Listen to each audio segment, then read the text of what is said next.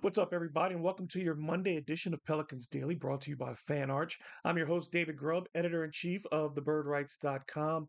Busy weekend turns into another packed week of Pelicans basketball. So let's take a quick look back, starting with another historic loss. Friday night, the Pelicans were flying high after beating the Timberwolves and were looking for a solid follow up performance. But without Zion Williamson, the Pelicans had no chance of duplicating that effort. Instead, the Pelicans lost 134 to 93, their third 40-point loss of the season and second in less than a week. How bad was it? The Pelicans scored 25 points in a quarter just once in that ball game. They lost by 41 on the night that they shot 50% from the floor and 35% from beyond the three-point arc. The defense was embarrassing as New Orleans allowed with 134 points. Pelicans are 1 in 15 this season when they allow 130 points or more. Last season, only 5 teams were able to score at least 130 on the Pelicans. The Wolves also became the 33rd team this season to shoot better than 50% from the floor against the Pelicans, well past last season's total of 21. CJ McCollum led the Pelicans with 15 points, one of 5 players to reach double figures, but that was far, far from enough. Instead, the Pelicans got just the fifth 40-point loss of Willie Green's regime. Again, there have been 7 40-point losses in the entire history of the franchise. Willie Green has been the head coach for 5 of those. Just something to think about. Things only got incrementally better on Sunday afternoon. The Pelicans closed their road trip with a matinee performance against the Detroit Pistons. In that one, of course, the Pistons handed the Pels that historic 46-point loss at home a week before. New Orleans was much more competitive in this one, but the result was still the same. This time, the Pelicans fell 136 to 130. CJ McCollum was outstanding with 40 points in the ballgame. For CJ, it was his fourth 40-point game of the season, putting him in rare company as he joins Anthony Davis as the only other player in franchise history to have at least 4 40-point games in a single season. The Pels are 3-1 in those games. He is alone for third in franchise history and one behind Brandon Ingram for second place with 6 40-point games in his New Orleans career. McCollum also connected on 5 3-pointers, pushing him past Jason Kidd for the number 18 spot on the NBA's all-time three-point rankings with 1,989. CJ is 11th amongst active players and only 2,021 threes behind Stephen Curry for the top spot on that list. Jordan Hawkins tied his season high with 25 points off the bench.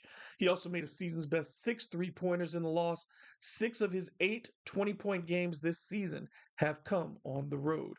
One of those was during the Pelicans' 123-115 win over the Philadelphia 76ers back in January. So the Pelicans will be looking for more of the same from Hawkins on Monday night when the Pelicans host Philly in the final game of their season series.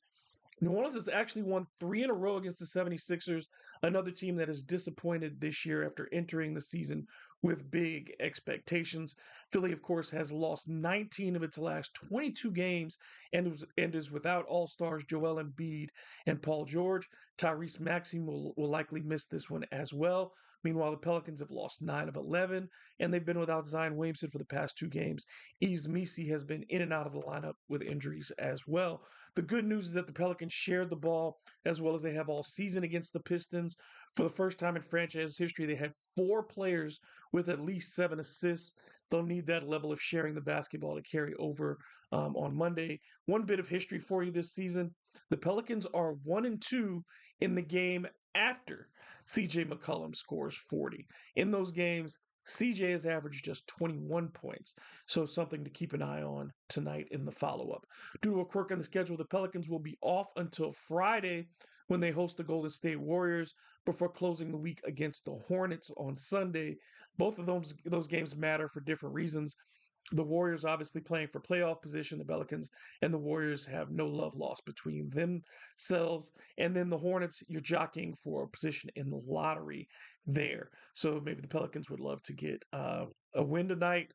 A win against the Warriors would be nice.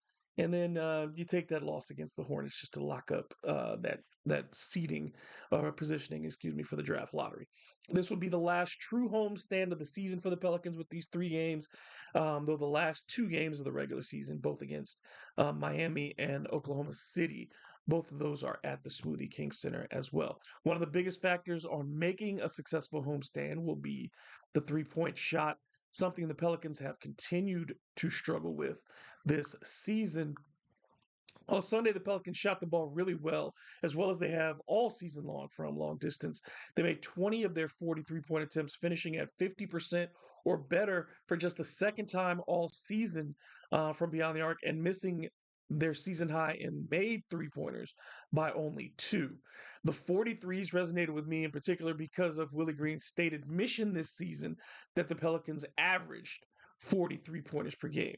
As Pelicans fans are aware, getting to 43s in any single game alone has been a difficult task. This season, the Pelicans have reached that magic number only 13 times, with the Pelicans going 9-4 in those games. Over the past three seasons, the Pelicans have attempted 43 pointers only 30 times, with a 22-8 record when they do. When they attempt between 30 and 39 triples, New Orleans is 57-66, or a 46% winning percentage. That drops to 29-52 for a 36% winning percentage when the Pelicans shoot between 20 and 29 threes. And then they are 2-0 when they attempt fewer than 23s, but there's always a statistical outlier. If you take out this season, the Pelicans were 61-35 of the previous two seasons when they shot 30 or more threes. That's good for a winning percentage of nearly 64%. That's regardless of makes. The simple act of attempting more three-pointers makes the Pelicans a better team. But when they do make them, the Pelicans' record over the last three seasons when they make 15 or more threes is 35-12. The winning percentage jumps to 74% in those games. Even this season, they are 9-7 when they make 15 or more threes. What's bizarre is how they've struggled to get those shots up over the past few seasons. For comparison, the New Orleans Pelicans have 57 games of 15 or more threes in the last three seasons. The Boston Celtics have 58 of those games this season alone. 58 this season, 57 over the past three seasons.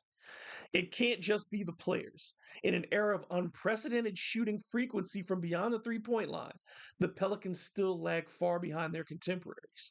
The idea has never made it into a real practice for the Pelicans. So honestly, what it says to me is that the head coach doesn't really believe what he's saying when it comes to how much he wants his team to value the 3-point shot.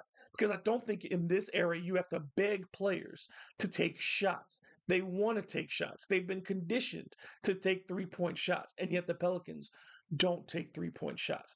I think it's one thing when you look at a team like the Denver Nuggets that doesn't shoot the three in a huge volume, but you look at what they do well. They are constructed at cutting off of Nikola Jokic and making open threes when he opens them up for them. And they also play very good defense, and they have one of the best 5 players in the league, best 3 players in the league, best 2 players in the league, probably the best player in the league in Nikola Jokic, certainly. But if you're not going to shoot threes at a high volume, you have to do other things exceptionally well. And the Pelicans have never done those other things other than score in points in the paint because of Zion Williamson. They've never done anything really exceptionally well offensively or defensively. So they have to utilize just the mathematics of the 3-point shot. It doesn't mean the Pelicans have to become the Boston Celtics and shoot 53s a game, but they've got to get more in line with what the typical team shoots on a daily basis in this league. Honestly, their best winning percentage outside of shooting more than 40 comes in the 30-35 attempt mark. So if the Pelicans are within that 30-35 attempt, they're usually doing pretty well. They don't have to get to 40 plus. But what it means is that the three is a frequent part of your offense. It is a regular part of your offense. You're not gassing up attempts when you're behind, and you're not forcing up attempts when you're early. When you're ahead.